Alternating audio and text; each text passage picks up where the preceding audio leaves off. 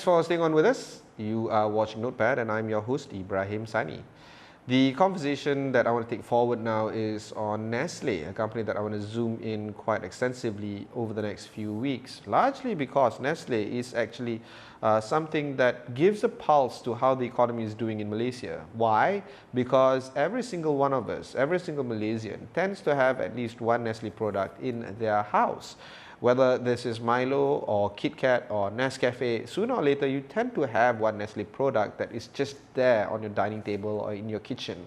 But because of this, we tend to wonder, why is it that Nestle is going through an interesting time right now? Their first quarter result did not impress many analysts. If I can just bring up this particular graphic from CIMB, CIMB has actually continued on their call for a reduction for Nestle. Right now Nestle's price is around 130 ringgit or 140 ringgit.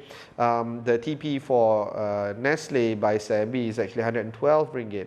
And the consensus is actually quite unanimous. There's a lot of hold, a lot of sell amongst the analysts in Malaysia, and the impression that is left by these analysts that the consumer sentiment is going to remain soft, and that the people right now are having a tough time in terms of increasing their public spend for Nestle products, and will just narrow down to just essentials. The second graphic here basically talks about what I just told you. It is talking about the net profit at 187 million was actually below expectations.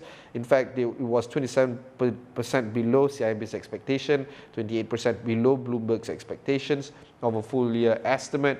Another point that they're talking about is they expect weak earnings to continue to persist in the near term from high operating expenses. And of course, the discounted cash flow also is seeing a very grim outlook.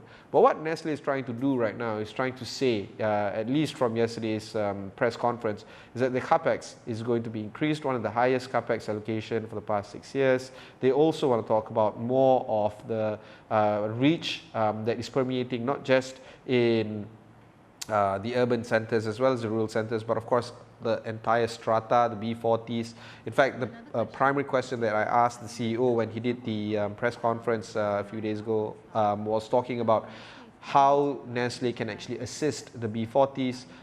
According to his own words, the B40 right now is trying very hard to cope with ends meet, and they are actually in dire trouble because of problems affecting the B40 cash flow during the COVID-19 period, particularly during and right after the MCO. So there's going to be a lot of problems in terms of the spend capability and capacity for the B40s. The M40s are actually not too better off either, because they are actually tightening their belt and trying to reduce their monthly expenditure, and therefore might shop less. Not just Nestle, but just general consumables.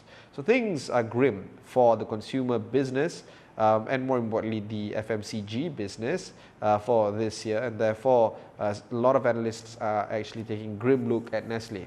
Personally, what I think Nestle is a great company. I think they can do much moving forward, and because of the strong brands that they have, from the brands of Nescafe all the way to their relationship with Starbucks, for instance, it's actually doing a lot in terms of trying to push forward their business. However, they are not immune to the global economic conditions as well as the domestic economic realities, and because of this, like it or not, the reality is Nestle's income is going to take a hit, not because of the company being bad, but because the economy is.